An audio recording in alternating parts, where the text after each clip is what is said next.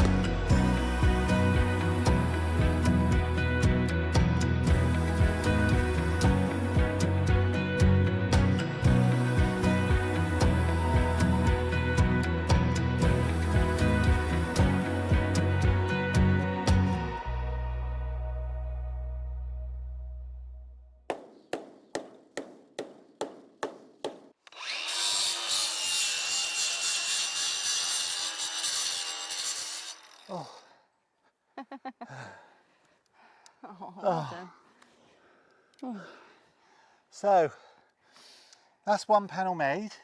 That took a lot longer than I anticipated. What about you? Definitely, that was harder work and much more time Consuming, than I thought it was going to be. So the panel was made out of roofing batten, which is treated timber. It's 1.5 inches by 1 3/4, and we've screwed that together and then stapled the 16 gauge wire, which is the equivalent to like a fox guard. So with the inch square holes as well, there's no pine martins or mink or anything can get in there.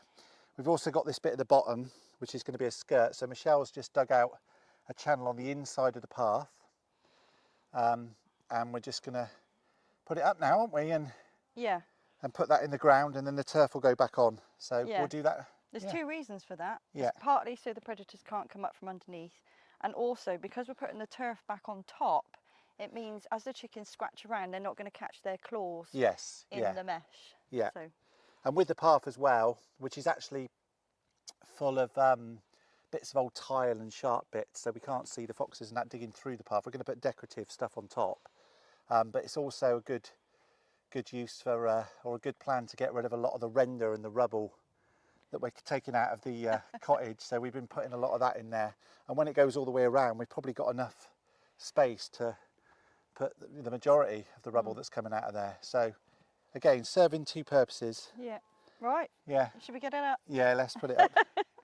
Right.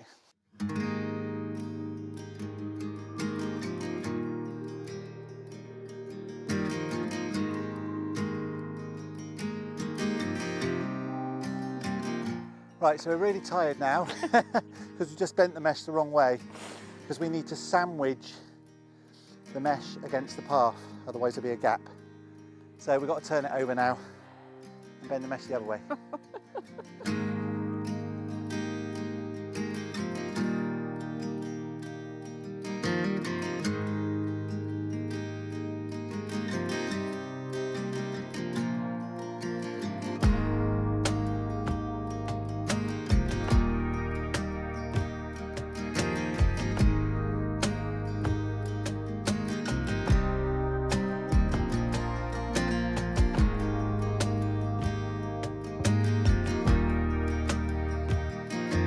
Too high. We're going to have to lower the other one.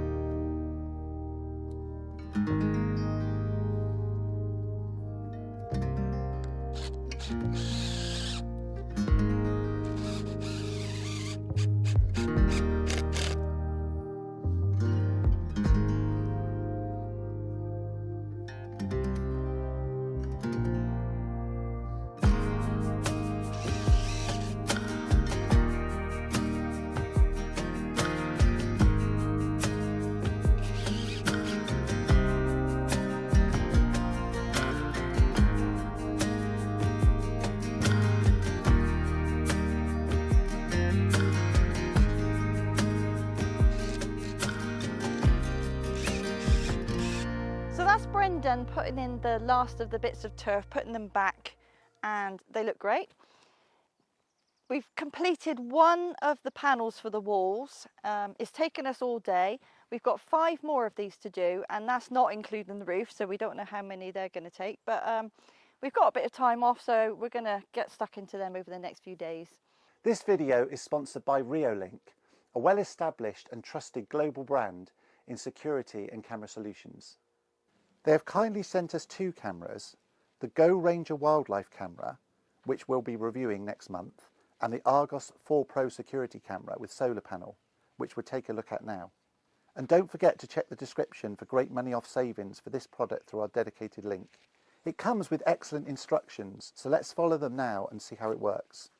Setting up the camera was easy. First, we downloaded the Reolink app to our smartphone by scanning the code in the quick setup guide. The power button is located underneath the waterproof flap at the bottom of the camera and needs to be pressed and held for 2 seconds to power the camera on. This is also where you can insert the micro SD card. Welcome to Reolink. Please install Reolink app. To add the camera, we simply launch the Reolink app, press the plus sign in the top right-hand corner of the screen and scan the QR code on the back of the device. The camera supports 2.4 GHz and 5 GHz Wi-Fi networks, but 5 GHz is recommended for better network experience, so we opted for that. Finally, to finish the initial setup, we configured the Wi-Fi connection on the ad page by enabling Bluetooth on our phone and followed the on-screen instructions. We mounted the camera using the 2 accompanying screws. There is also a loop strap provided should you wish to mount it on a pole. As recommended, we positioned it between 2 and 2.5 meters from the ground and at an angle to the desired field of view. This is to maximise the detection range up to 10 meters and enable better motion detection. The Argus 4 Pro is rated at IP66, which means it can withstand harsh weather conditions like heavy rain and snow. It is also completely sealed from dust. One of the great things about the Argus 4 Pro is that it has a dual lens, so it gives you an extremely wide angle of 180 degrees, so a panoramic view that covers a very large area. It's 4K, so has crystal clear video, has incredible colour night vision, and with the powerful built-in battery and accompanying solar panel, perfect for being off-grid as we are.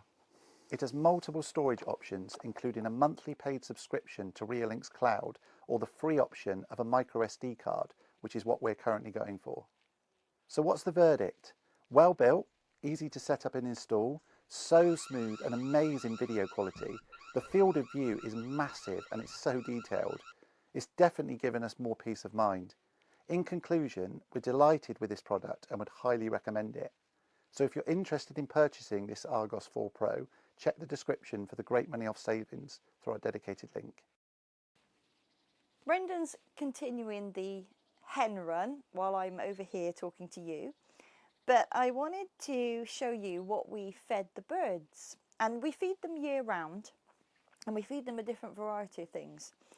So we've got fat balls, nuts, a mixed seed and some sunflower hearts. Now there are other foods available, so you can get mealworms and you can also get the little Niger seeds. They're very, very tiny and you get specific feeders for them. But I found this selection is really good for the variety of birds that we've got here. So the fat balls are loved by many different birds, including the corvids, the crows, the magpies, jackdaws, the nuts also. These mixed seeds are good and bad.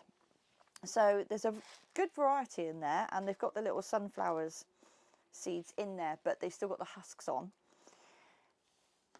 And there's a mixture of grains also. But what I found with them is, unless you're going to put it in a wild area, which we frequently do, so it's not too much of an issue for us, the birds will pick out what they want and drop the rest. So you'll be left with a big patch of whatever grains in there are growing. Then we've got the sunflower hearts. Now the sunflower hearts are probably by far and away my favourite. They seem to attract a variety of different birds. There's very little mess. The one downside, if you could call it a downside, is that these are still viable seeds, and if they get dropped, you'll get sunflowers growing. So I don't see that as too much of a problem. I don't mind a few sunflowers dotted around. We've actually put them on our alpine table, and I've got some small versions, because there's not much soil in there, of sunflowers growing up. So I've left them there because I really quite enjoy them. So what I'm going to do is I'm just going to take the sunflower hearts and I'm going to put them on this little paper plate, put it on the alpine garden, and we're going to see what birds we can attract using just those. So I've got my little plate of sunflower hearts. As you can see by this little area in the alpine garden, this is where Brendan, bless him, he didn't know that this would happen, has put a little pot of the mixed seeds. So they've been dropped and they're starting to seed. So I've got a job now pulling all these out. However, we'll leave that till later. I'm going to pop these sunflower hearts here and we will go back and see what comes along to eat them.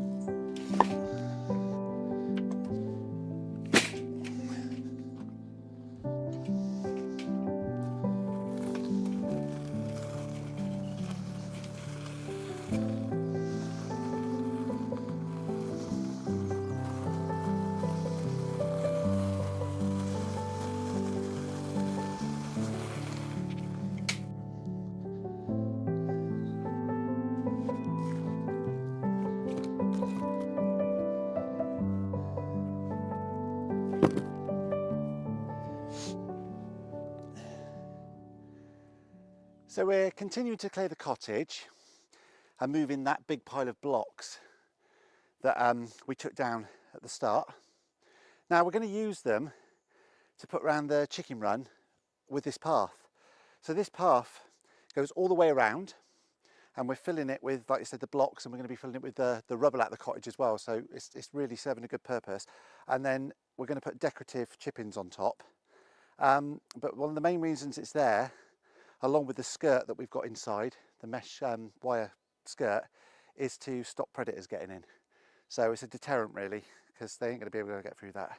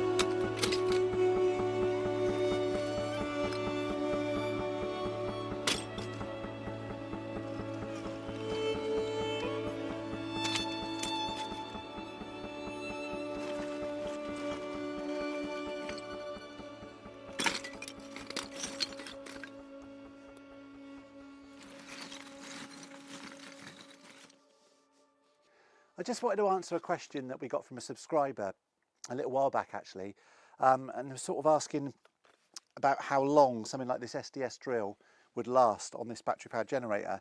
And basically this SDS drill uses about 650, 700 watts per hour. That's what it's rated at. So our battery powered generator is 1100 watts when it's full. So you would basically get around 2 hours use out of this. So anything, you can work anything out like that. So if you've got something that's 200 watts, that means it'd use 200 watts in an hour. And then if that's say got 1000 watts left in it, it's run down a little bit, then you're going to get 5 hours out of it. We've had a really good week. So as you can see, the hen run is coming along nicely and it's really starting to take shape. It has been really quite hard work, but so rewarding to see it going up. Talking of the shape, it is 10 metres long by 5 metres wide, so that's 50 square metres of chicken space. So they're going to have plenty of room because we're only going to get 4, maybe 5, and potentially a rooster in the future. But we've decided that we're not just going to have this as a big open space. There's going to be a prop for the roof in the middle, which will also double as perches for the hens. We're going to have window boxes and everything on the outside, and we're coming up with ideas for the area immediately outside the hen run here where we can sit and hopefully overlook them. We may even put a bench in here so that we can just sit and have them as company. So thank you so much for watching from Brendan and myself, and we'll see you next week.